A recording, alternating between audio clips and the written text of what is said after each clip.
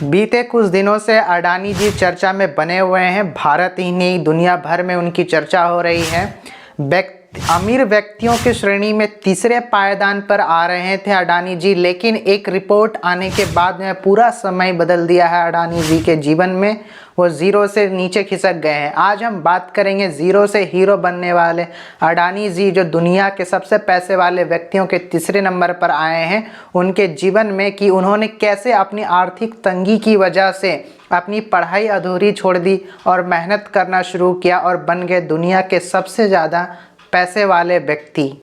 चाहे port energy, logistic, agri business, real estate, airports हो, natural gas हो, जैसे तमाम सेक्टर पर उनका राज है। लेकिन इतने सेक्टर पर राज करने के लिए गौतम अडानी ने बहुत मेहनत की है। महज उन्होंने 16 साल की उम्र से ही अपने व्यापार की शुरुआत कर दी थी। चलिए शुरुआत से शुरू करते हैं और अडानी जी की कहानी को जानते हैं। गौतम अडानी ने आर्थिक तंगी की वजह से अपनी पढ़ाई को छोड़ दी थी और मुंबई में काम करने चले गए। वहाँ पर भी एक हीरा कारोबारी के यहाँ काम किया, लेकिन कुछ महीने बाद उनके भाई ने अहमदाबाद में प्लास्टिक से सामान लपेटने वाली कंपनी खरीदी, लेकिन वो भी कुछ खास नहीं चल रही थी क्योंकि उन्हें समय पर माल नहीं मिल रहा था। उसके बाद अडानी ने 1988 में अडानी इंटरप्राइजेस की शुरुआत की और सामान को इंपोर्ट और एक्सपोर्ट करने लगे। गौतम अडानी का यह पहला कदम था उनकी ज़िंदगी बदलने वाला। लेकिन इसके कारोबार में सबसे बड़ा बदलाव और उछाल तो तब आया जब उन्हें गुजरात में मुद्रा पोर्ट का कॉन्ट्रैक्ट मिला। वहीं से गौतम अडानी के जीवन में इतने परिवर्तन आए कि उन्हें अगवा तक कर लिया गया था, किडनैप भी कर लिया गया था और उनसे फिरौती तक की भी डिमांड की गई थी। खैर ये बात तो अलग है, लेकिन गौतम अडानी ने लोगों के जीवन में प्रतिदिन इस्तेमाल होने वाले सामानों पर अधिक फोकस किया, अधिक ध्यान दिया और साथ ही इंफ्रास्ट्रक्चर जैसे सेक्टर में भी कदम बढ़ाया। देखते देखते गौतम अडानी एशिया के सबसे अमीर व्यक्तियों की श्रेणी में आ गए। गौतम अडानी दुनिया के सबसे अमीर व्यक्ति की श्रेणी में तीसरे नंबर पर भी आए थे। लेकिन गौतम अडानी के जीवन में एक भूचाल आना अभी बाकी था और ये बात है 24 जनवरी 2023 की। कहा जाता है कि नई साल की शुरुआत सबके जीवन में बहुत सारी खुशियां लेकर आती है, लेकिन यहाँ तो गौतम अडानी जी के लिए बहुत बड़ा मुसीबत था। 24 जनवरी को हिंडनबर्ग की एक रिपोर्ट आई जिसकी वजह से गौतम अडानी को दुनिया के 20 सबसे अमीर व्यक्तियों के श्रेणी से भी निकाल दिया। अडानी ग्रुप के शेयर प्रतिदिन गिरते जा रही है, लेकिन जिस तेजी से अडानी के शेयर ऊपर गए थे, किसी ने नहीं सोचा था कि इतनी जल्दी वो नीचे खिसक जाएंगे। अडानी दुनिया के तीसरे सबसे ज़्यादा पैसे वाले व्यक्तियों के श्रेणी में थे। मात्र एक रिकॉर्ड ने उसे 22वें नंबर तक खिसका दिया है। जैसे ही अडानी ग्रुप के शेयर में गिरावट आई है, हाहाकार मच गया है। लेकिन संसद में तो एक अलग ही हल्ला मचा हुआ है। संसद में रोज़ाना अडानी के ऊपर बहस होती रहती है।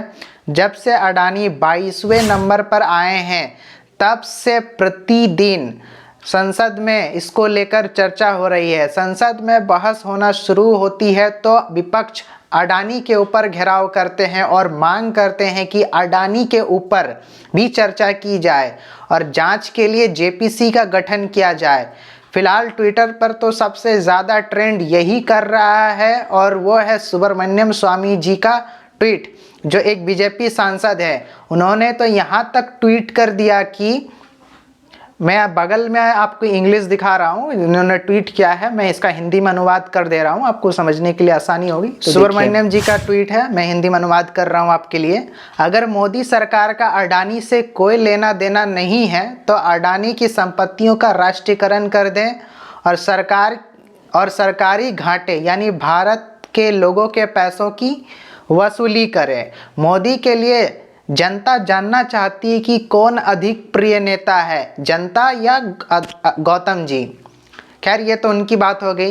हिडनबर्ग की रिपोर्ट जब से आई है तब से लेकर अब तक अडानी ग्रुप के शेयर इतनी बुरी तरह से नीचे गिरे हैं जितने आज तक किसी भी कंपनी के शेयर के रिपोर्ट में इस तरह की गिरावट नहीं आई है।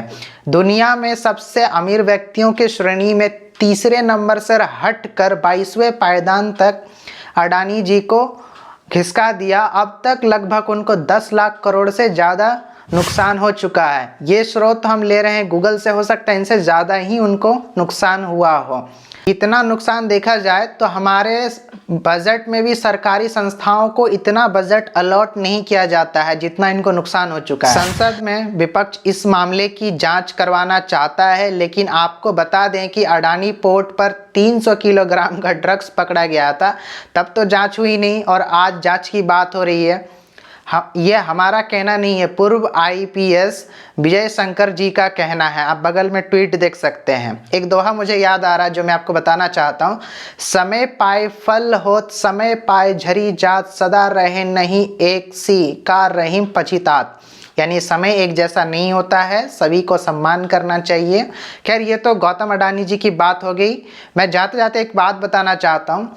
गौतम अडानी जी बचपन में घर घर जा जा के साड़ियाँ बेचा करते थे।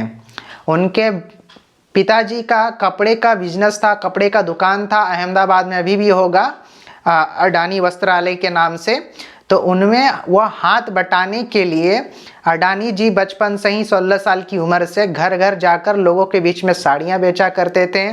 और उनका एक मित्र था, उनका एक दोस्त था जिनके स्कूटर के पीछे वो बैठकर जाया करते थे कहीं जाना हो। आज वो इतने बड़े दुनिया के आदमी बन चुके हैं, उनके पास लग्जरी गाड़ियाँ हैं। तो खैर ये तो समय समय की बात है।